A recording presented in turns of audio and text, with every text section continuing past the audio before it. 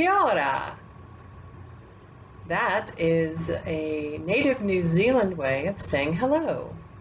You can also use it to say goodbye, I guess similar to aloha. Kia ora.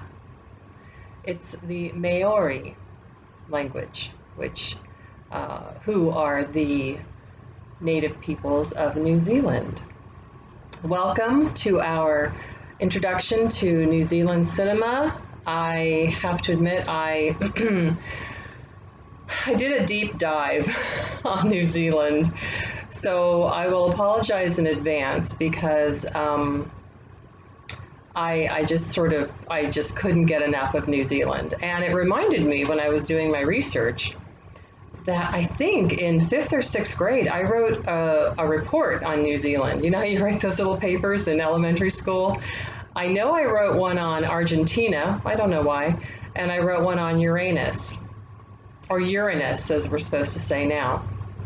And I think I wrote one on New Zealand as well. So I started remembering that when I was doing this, and it's coming full circle. And so I had to go really deep into New Zealand. So where can we begin? So, well, that said, this is going to be a little bit of a different kind of introduction because it's going to be half New Zealand film introduction and half just history of New Zealand introduction. And I'm trying to think of which famous person we all know I might be emulating. I was going to say Marlon Perkins, but I think he was Wild Kingdom. I'm not going to go that far into the native animals of New Zealand, although you will be really fascinated when you learn what the native animals of New Zealand are. I nerded out. So I did this because I'm a nerd. I can't help it. I'm curious about everything, and I think you'll find this interesting. If you already know about New Zealand, then I guess it's a refresher course for you. But the reason that I began my introduction just now with the native Maori greeting is because New Zealand, unlike a lot of countries, has really integrated its Maori culture with the white European settler culture. I'm not an expert on New Zealand, and so probably people from New Zealand might have a little bit of a different take on when that happened or why that happened. But as far as my research goes, as opposed to like in the United States where we always like push the Native Americans away and we go through periods where we're interested in them again, but maybe like right now we are, but we weren't maybe 20 years ago as much. And we just covered Australia with their Aboriginal tribes and saw how there's a real clash between those two cultures. And I'm not saying there isn't a clash between the European culture and the Maori culture, but I'm just saying that what I found with New Zealand is they seem to very much more embrace that history, and there are lots of words and a lot of the symbolism and the art of New Zealand are directly from the Maori tribes, which there are numerous tribes, just like over here where we have the Mohawk and the Native American, or the Navajos and whatnot. So I thought that was really interesting. And I'm going to go into that history because I believe that it directly informs the type of cinema that comes from New Zealand. So here, let's kick it off. Here's some New Zealand history for you. So first of all, not that I think you thought this, but New Zealand is not a mini Australia any more than Canada is some kind of clone of the United States. There are certainly similarities perhaps in the way we speak a little bit, between different countries, but it's its own country with its completely own culture. New Zealand's native peoples are directly from Polynesia, so it has this very strong Polynesian cultural history to it. The country of New Zealand, I'm going to read a little bit here, consists of two main land masses, the North Island and the South Island, and it has about 600 other smaller islands that covers a total area of square miles, about 100,500 square miles. It's also about 1,200 miles east of Australia, and it's across the Tasman Sea, and it's about 600 miles south of the islands of New Caledonia, Fiji, and Tonga. So you can see it's even closer to those islands than it is to Australia. New Zealand's capital city is Wellington, and its most populous city is Auckland. And the entire country of New Zealand has a population of a little more than 5 million people. The country's topography is very interesting. It has a lot of sharp mountain peaks, such as the Southern Alps, which is a result of thousands of years of tectonic uplift and volcanic eruptions. And due to about 80 million years of isolation, the country has many unique animals and flora, including the flightless kiwi bird, which is their national icon, and that's why we call people from New Zealand Kiwis. I was going to tell you something about the inhabitants. Oh well, I'll just keep going. It's in here somewhere. There's a lot of information I have to get through. The interesting thing about New Zealand, it's so isolated that it really didn't have any mammalian predators, no mammals. And so many of New Zealand's animals are birds. And a lot of them evolved into non-flying birds because they didn't have any predators to run away from. So there was a very gigantic kind of prehistoric bird that was populated all over New Zealand. I'll put it up here with the name. I forget the name right now of it. And that unfortunately was hunted to extinction by the early Polynesian settlers in that area. The only really indigenous land mammal that inhabited New Zealand were 3 species of bats. And then, of course, when the colonizers came, the white European colonizers, they brought along with them a lot of other species, including rats and mice and such, and a whole lot of sheep eventually. And that turned New Zealand's economy into an agricultural one, with its major exports being lamb meat to the United Kingdom in about the 19th century, and then they transitioned into dairy products. Prior to all of this, New Zealand was a heavily forested country, but actually a lot of those trees were cut down by the Polynesian settlers who were there prior to the European settlers.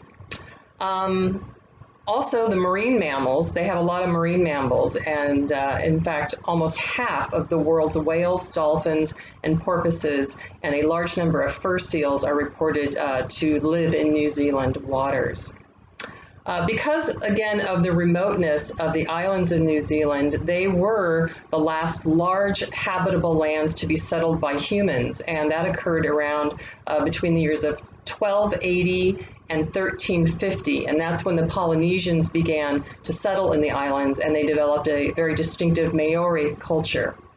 300 years later, in 1642, Dutch explorer Abel Tasman became the first European to see New Zealand, and then 200 years after that, in 1840, representatives of the United Kingdom and the Maori chiefs signed a Treaty of Waitangi, which declared British sovereignty over the islands. I bet you know how that turned out. All those really good treaties everybody signed with native peoples.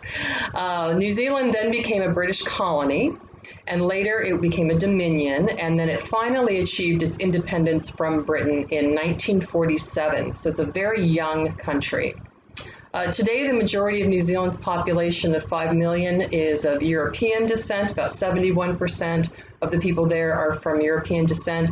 The indigenous Maori are the largest minority, comprising about 15% of the population. And then we go to the Asian population, which is also around 15%. And then we have Pacific Islanders, which are about a little under 1%.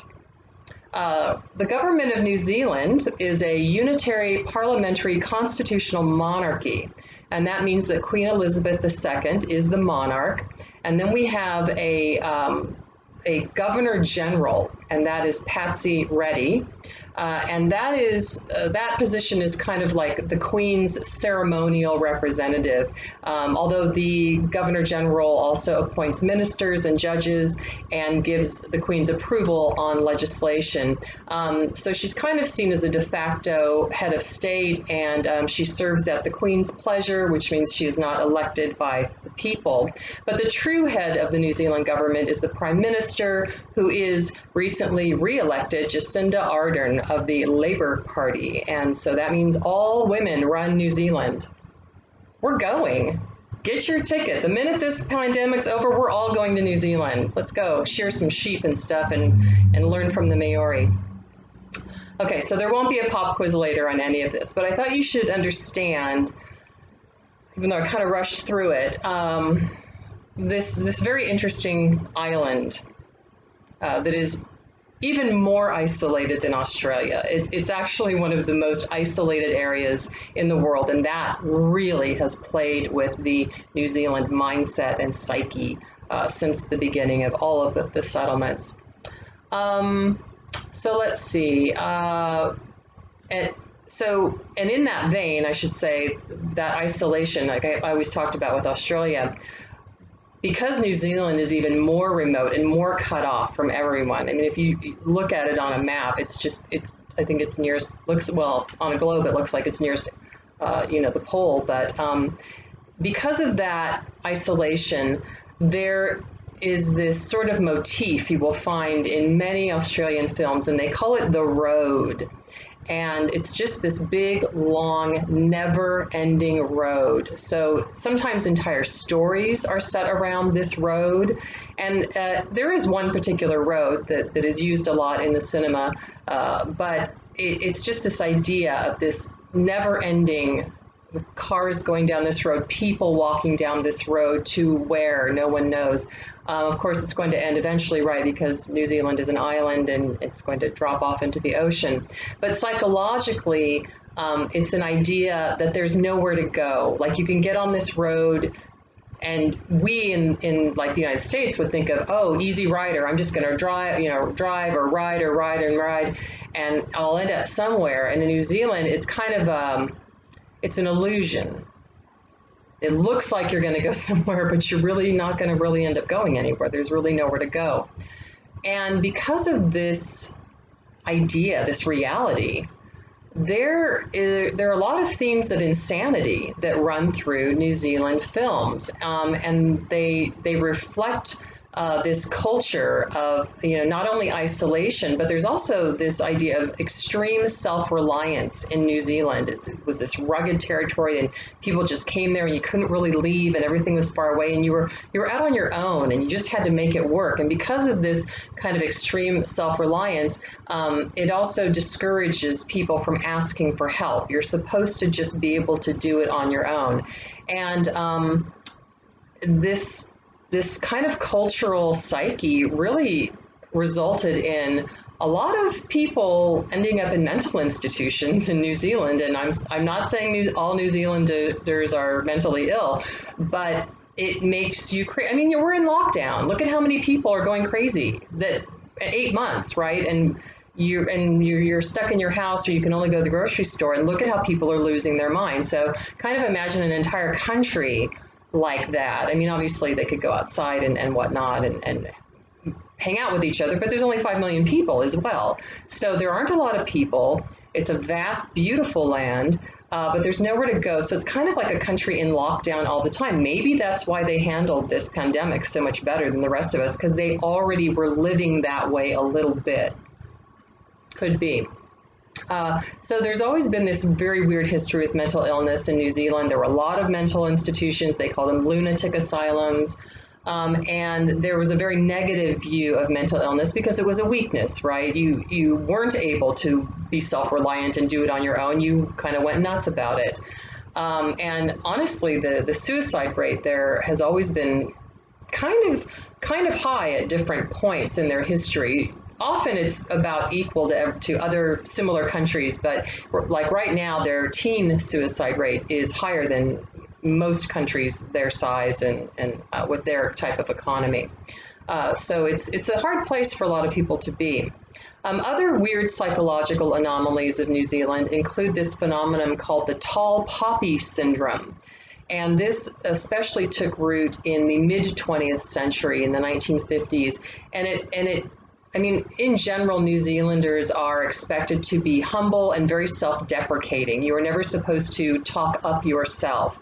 And so tall poppy syndrome is that if someone is trying to show off, or even not show off, if they're just a naturally talented or high achieving person, they're actually looked down on and demeaned a lot of times with this kind of weird psychosis, this phenomenon, because they want to cut you down to size. Don't be a tall poppy, you know, stay equal. They look at it as an insult to equality. If you are better than other people, you shouldn't be better than other people. So from the mid 20th century, and certainly earlier, education was not highly prized. There weren't a lot of really wonderful institutions. Now that's different. Now, you know, there are wonderful universities there, and education is highly prized. In fact, New Zealand ranks quite high, I believe, on most of the higher education statistical reports that come out about countries around the world. But it wasn't always that way.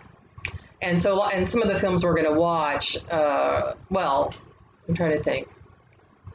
No, I guess we're watching films from the 80s mostly, but if you went back further into New Zealand film history, into the 70s and earlier, you might see some of this kind of demand that people remain average. So what else? The ironic thing is that even with everything I've just told you about how isolated they are and how cut off from the world they've been, New Zealand has always been very much into cinema. Now, they didn't have their own film industry, but because of this isolation and this remoteness, they were just fascinated with films from around the world. And going to the cinema, going to the movie theater, was like a major part of every New Zealander's life, because it kind of was the only thing to do. And it was they wanted to know about the rest of the world. You know, what do other people look like? What do other countries look like? What do people sound like? Who are these other, you know, what other colors are people? I mean, they really didn't have access to any of that. It's not like they just hopped on a plane and flew over to Australia all the time, especially, you know, in its early history. You couldn't do that, and it's still quite a long journey from New Zealand to anywhere. So they were very fascinated with the rest of the world, wondering what we were all about, and especially our cultures, as far as our kind of pop cultures. And in the 1950s, New Zealanders just ate up those films, like Marlon Brando's film, The Wild One, and all of that. And all the kids, you know, had the pompadours. I mean, they all did it.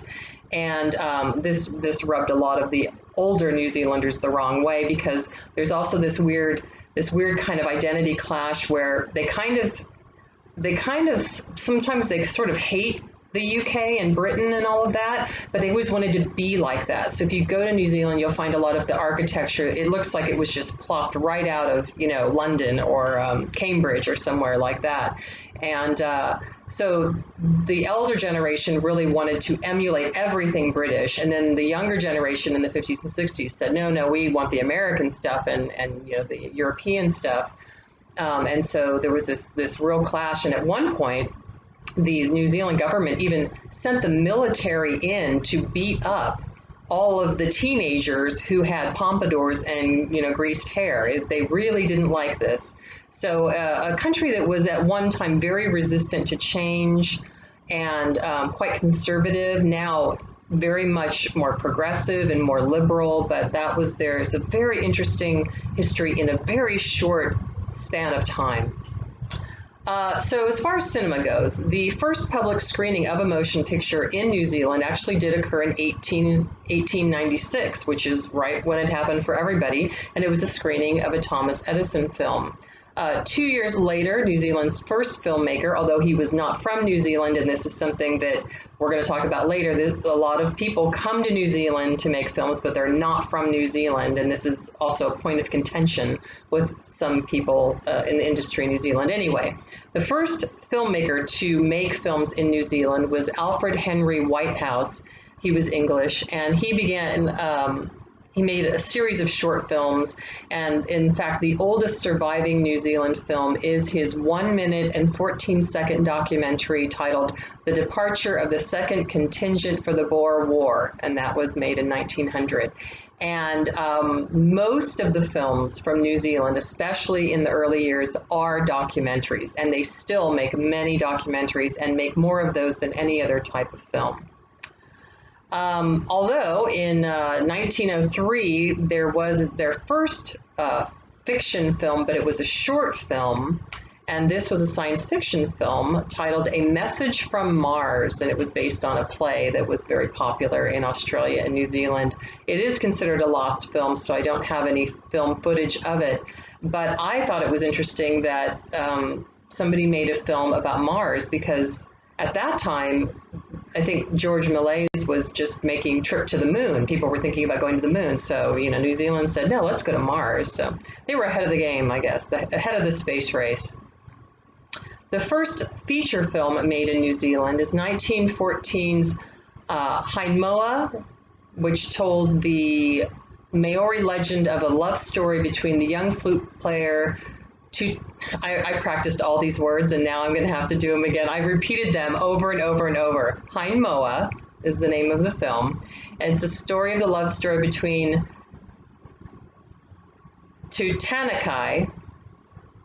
I hope I did that right. I can't remember it all. Tutanakai, he was a flute player, Tutanakai, and the noble-born Haimoa.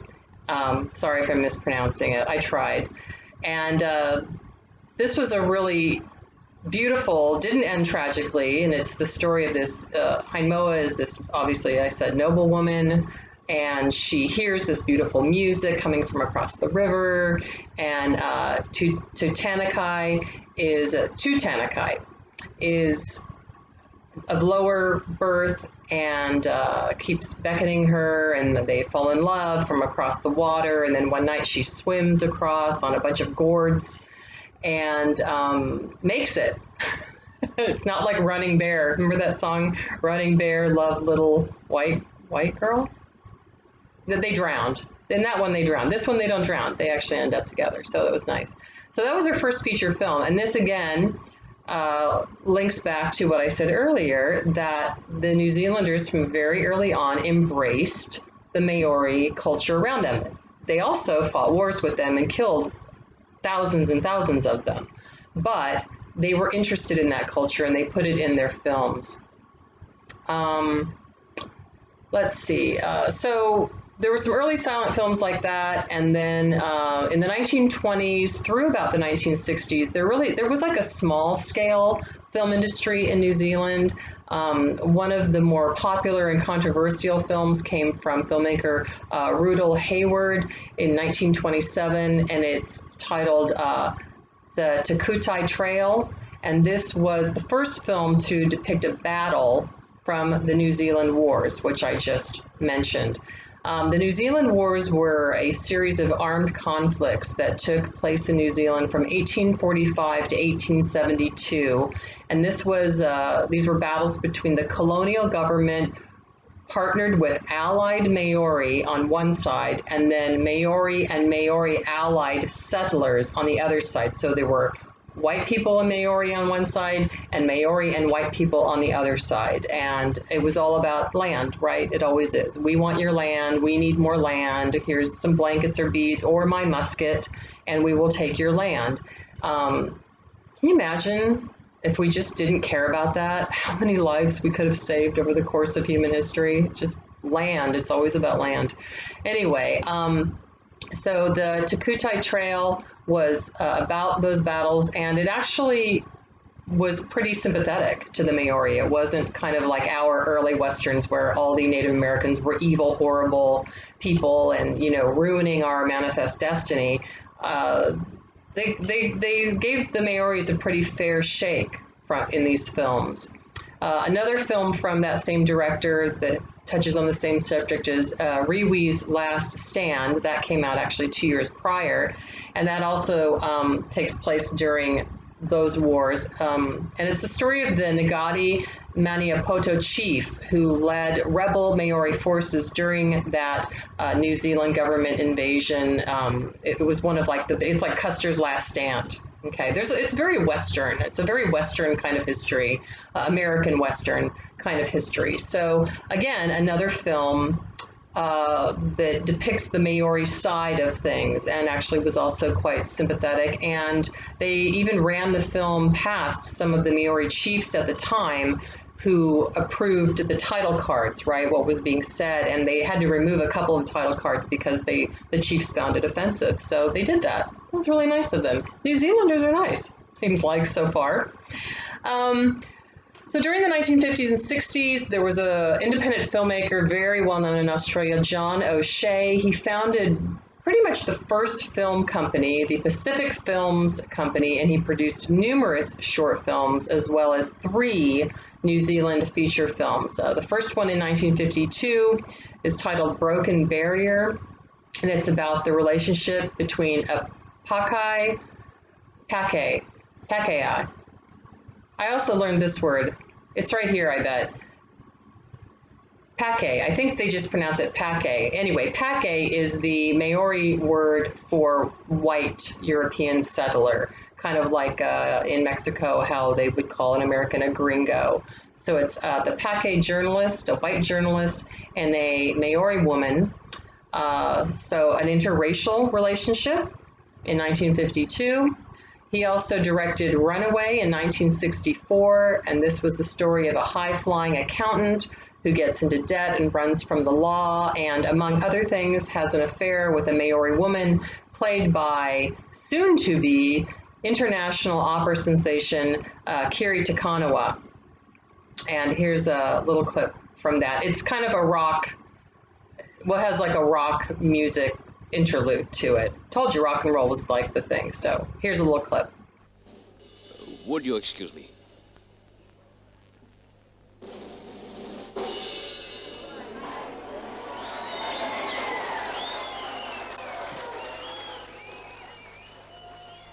Thank you.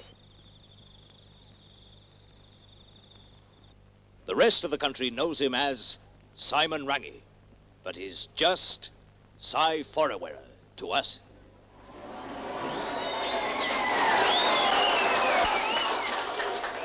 Run away, drift away like a bird, drift away, wing away like a bird, winging over tide and land, drift away above the sand, run away.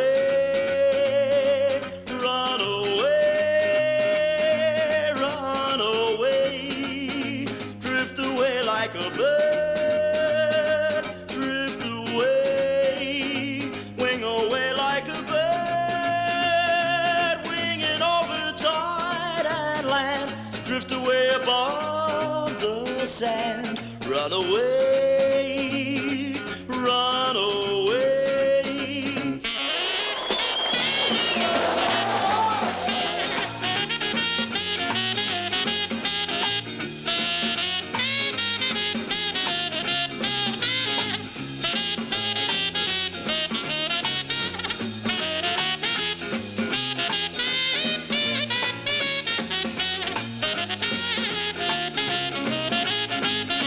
Run away, drift away like a bird, drift away, wing away like a bird, winging over tide and land, drift away above the sand, run away, run away, run away, drift away like a bird. Wing away like a bird, winging over tide and land, drift away above the sand, run away, run away, run away, run away.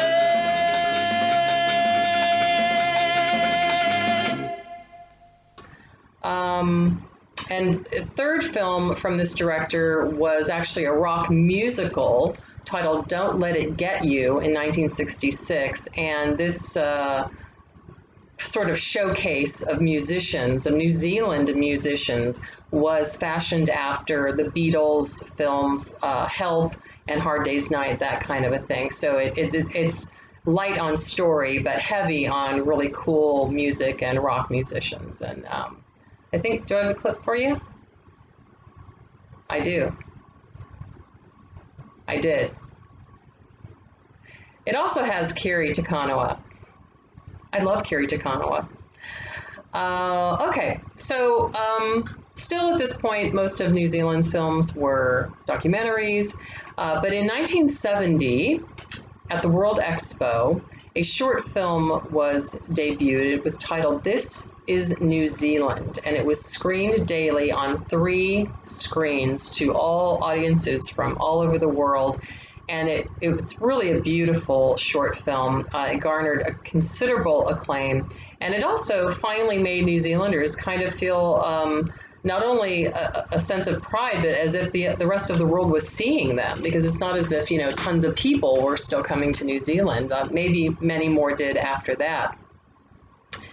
In the late 1970s, New Zealand experienced a cinematic renaissance when finally the government began funding films, and they formed the New Zealand Film Commission, and this encouraged and assisted in the making and promotion and distribution and exhibition of New Zealand films, as well as maintaining a New Zealand film archive.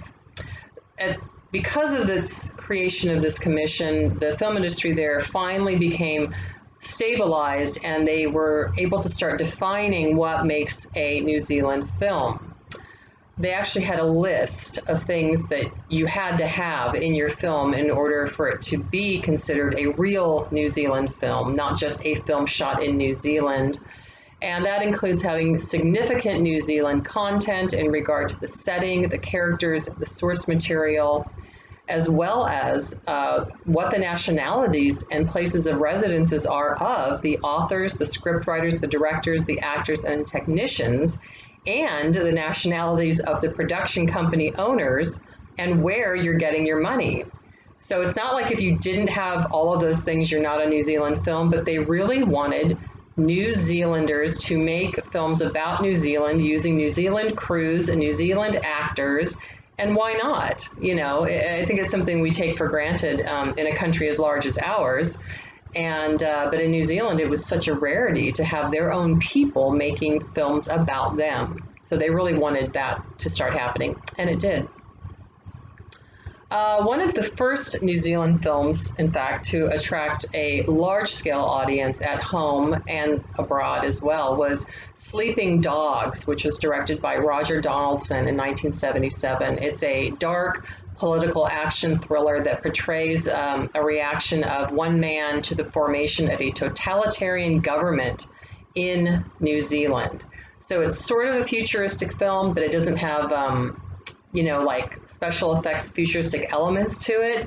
But it is about some totalitarian, you know, government taking over New Zealand and locking it down. And what's really weird is that like the next year or the fall or 2 years later, the scenes from the movie that I'm probably showing you right now of the riot police, you know, beating everybody, that's fiction. That actually happened. A totalitarian government didn't take over New Zealand, but there was this huge clash between the government and demonstrators, and it was like the same exact scenes. So people always talk about that, and that's why I'm telling you that. They just thought, oh my gosh, this film predicted, you know, what was going to happen to us. And that, you know, we think about cinema and television a lot that way. I mean, think of The Handmaid's Tale, right? We were talking about that for several years when it came out. Sleeping Dogs is also the first notable full-length feature film that was shot in 35 millimeter, which is really high-quality film. It's the standard type film, and it also was produced and created entirely by a New Zealand production crew. So they were getting what they wanted with this new influx of cash and promotion of their national identity. Then we have director Jeff Murphy, who is the director of the film you will be watching this week, He made several short films and then broke onto the national circuit at Cannes with the 1983 film Utu, which means revenge in Maori. And this film also takes place during the New Zealand Wars. And I actually watched Utu just a few days ago, and I want you to watch that one too. And I'll talk to you more about it in that introduction for the films themselves. But I think it'll give you a very, very good idea of New Zealand Maori colonial history. Anyway, the other film from Jeff Murphy, of course, is our 1985 apocalypse science fiction story, The Quiet Earth. And I should just say that it is one of Neil deGrasse Tyson's favorite films, in case you were wavering on, oh, why do I have to watch a science fiction film? Oh, I just assume people hate science fiction because I grew up with everyone kind of not liking it, but maybe you all love it. So I apologize for if I'm assuming that it's not your thing. Utu and The Quiet Earth and Sleeping Dogs and many other films from the 60s and 70s also had this common theme in New Zealand cinema that is referred to as the man alone theme. And that actually was popularized in John Mulgan's 1939 novel of the same name, Man Alone, that focused on this kind of existential crisis of this anti-hero loner who was living in New Zealand. He left, I think he left the United States during the Great Depression and goes to New Zealand, and he's just out there struggling on his own. And it's really regarded as a classic in New Zealand literature. And it certainly, feeds into that whole thing that I've been talking about you're just out there doing your own thing. So all the films up until this point had that kind of man alone theme, but they're also in this thing that is kind of referred to as the chum club, like films about guys made by guys. And this was about to change radically in the mid 1980s. One of the new influx of filmmakers that did some interesting, impressive work was Melanie Reed, or Melanie Rodrigo, later known as. And in 1984, she became the first woman to write and direct a New Zealand feature film, and it was titled Trial Run. It was a feminist revision of the thriller genre, starring an almost entirely female cast, and it told the story of a photographer, mother, and cross-country runner who temporarily leaves her family and moves into an isolated beach house to work on a photographic assignment where strange occurrences lead her to believe she's being stalked by an unknown adversary. And this was really interesting. I haven't seen the whole film, I've just seen clips of it, but I think there was a lot of metaphor in there, because at one point it looked like her laundry was attacking her, like she's hanging out the wash to dry, and it starts attacking, it's not a monster, but it's like whipping at her and she's getting kind of annoyed. And so maybe it has like anti-domesticity, themes in it. I don't know. I mean, it's feminist, so probably. Like, don't do the laundry, it'll kill you. In 1988, Marata Mita, who was already an accomplished documentarian, became the first Maori woman to write and direct a dramatic feature film that was titled Maori in 1988. And the year before, in 1987, Barry Barclay's film Nagati, with a screenplay by Tama Poata and starring veteran actor Wee Kuki Ka, was released to critical acclaim and is recognized as the first feature film to be written and directed by a person of Maori descent. In 1982, New Zealand national treasure Jane Campion won the short film Palme d'Or at the Cannes Film Festival for her film Peel, and then she followed it up in 1989 with her feature debut Sweetie, which won the Los Angeles Film Critics Award. So we all know Jane Campion, of course, now, but these were her early works. In the film Sweetie, it's interesting because she actually takes on that sort of mental illness idea that I mentioned before. So it's the story of an introspective young woman and how her life is upturned by the arrival of her maladjusted sister, somewhat mentally ill sister, And then in her follow-up film, Campion's 1990 film An Angel at My Table, which is just fantastic and just critically acclaimed, she again dives into this area of mental illness because this film is a biopic. I call it biopic. So does everyone in the industry. Biopic about the life of New Zealand writer Janet Frame, who was misdiagnosed with schizophrenia when she was a teen. And this film swept the Venice Film Festival Awards in 1990. And it also has The Road in it, that road that I mentioned, that road to nowhere. Of course, we all know Jane Campion from her international hit in 1993, The Piano. And that film won the Palme d'Or at the 1993 Cannes Film Festival, and also Best Director from the Australian Film Institute, and the Academy Award for Best Original Screenplay.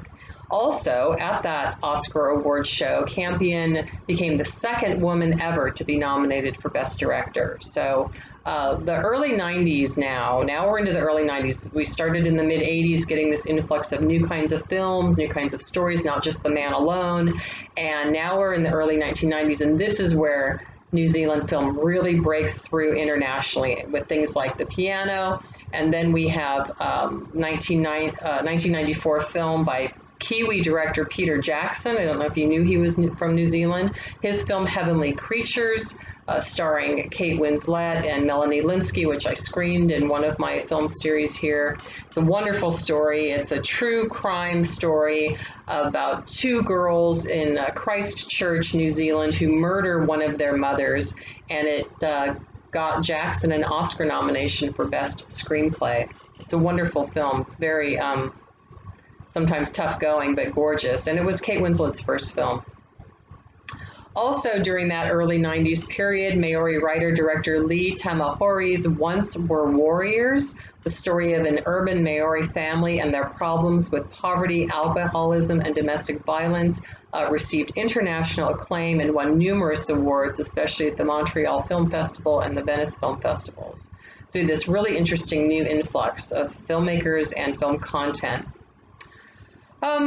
You do know New Zealand actors, but everybody leaves New Zealand. Once they get a taste of any kind of success, they just get out of there. And actually, most New Zealanders leave New Zealand anyway, even if they're just regular old folks like you and me. Actors like Russell Crowe, Sam Neill, Lucy Lawless, right, Xena Warrior Princess, and Anna Paquin, all from New Zealand, all left as soon as possible. The only person who really hasn't left New Zealand, who is quite famous, is Peter Jackson, and he's continued to make films in New Zealand. In fact, the whole Lord of the Rings Hobbit trilogy thing he did was shot in New Zealand, even though it used some, mainly foreign funding. The New Zealand government did give him a tax break, and it did have an international cast, but he's a Kiwi and it was shot in New Zealand, so I think we're allowed to consider that a New Zealand American film at least. And actually after the 1990s, when people started seeing more about New Zealand, and certainly Peter Jackson shooting all of his, his Lord of the Rings stuff there in the early 2000s, this really led to a number of prominent Hollywood films being made in New Zealand, and a lot of international productions. Some of them include The Last Samurai, The Chronicles of Narnia, and Whale Rider, but that's actually a New Zealand film itself. And Whale Rider became it's the second highest grossing independent film of 2003. So that really made a lot of money over in the United States. That's a New Zealand film. Two other films that are from New Zealand that I think that you might enjoy are the critically acclaimed 2004 film In My Father's Den, which is really hard to find. I don't know if you're going to be able to find a copy, but the other film, The World's Fastest Indian, you may have seen that in 2005. That is available on Amazon Prime, and it's a biographical sports drama based on the New Zealand speed bike racer Burt Munro, and his highly modified 1920 Indian Scout motorcycle. It looks like a real crowd pleaser. I haven't seen it, but I watched the trailer and I thought, I know a bunch of people who would want to see this film. So you can go look at the trailer on Amazon and maybe rent it if you want to. I think that's it. Have I been talking for 3 hours now? It feels like it. I'm sorry if I'm not as peppy this time. I'm really tired and tomorrow's Thanksgiving. And I wanted to knock this out as soon as possible. So they all can't be gold. And thanks for tuning in. And I will now continue with I'm going to make another video that will introduce you to Jeff Murphy and the film The Quiet Earth, and then the second bonus feature that, if you have time, I'd really like you to watch, called Utu. So until then, kia ora. Goodbye.